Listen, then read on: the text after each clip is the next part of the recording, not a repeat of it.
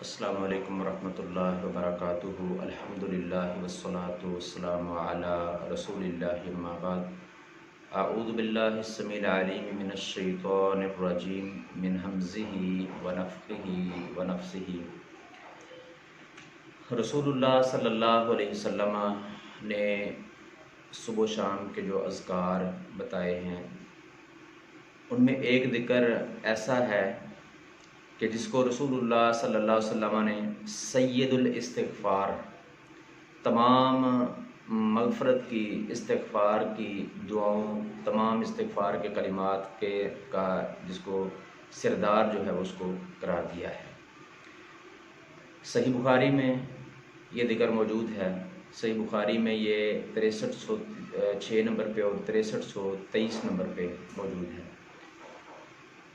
رسول اللہ صلی اللہ علیہ وسلم نے فرمایا، سید الاستغفار ان تقول اللہم انت ربی لا الہ الا انت خلقتنی وانا عبدک وانا علی عہدک ووعدک ما استطعت اعوذ بک من شر ما صنعت ابوء لک بنعمتک علی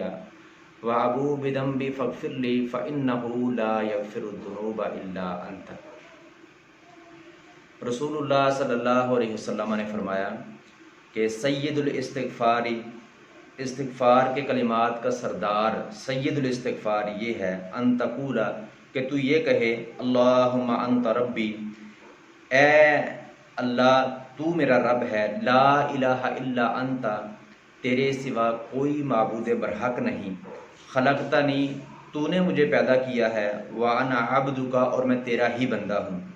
وَأَنَا عَلَىٰ عَهْدِكَ وَوَعْدِكَ مَا اسْتَطَعْتُ، اور میں اپنی طاقت کے مطابق تیرے ساتھ کیے ہوئے عہد و پیمان پہ قائم ہوں، اعوذ بک من شر ما صنعت،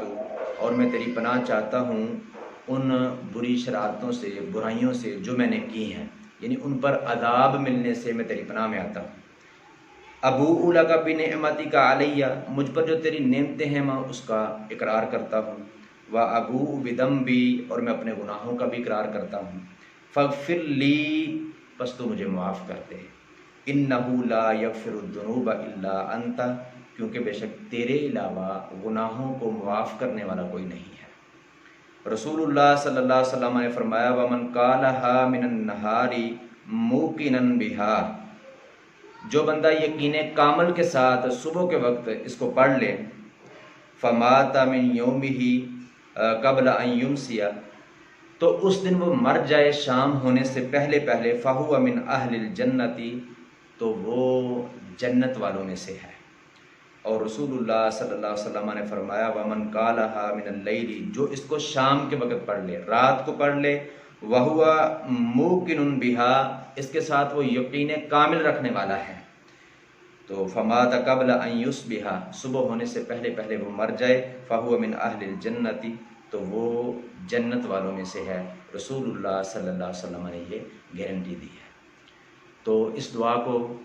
ان کلمات کو رسول اللہ صلی اللہ علیہ وسلم نے سید الاستغفار، تمام استغفار کے کلمات کا سردار قرار دیا ہے۔ تو سردار وہ ہوتا ہے، اس شخص کو سردار کہا جاتا ہے، سید کہا جاتا ہے، جس کی طرف تمام معاملات نپٹانے کے لیے رجوع کیا جائے۔ یعنی استغفار کی تمام دعائیں، تمام کلمات کہنے سے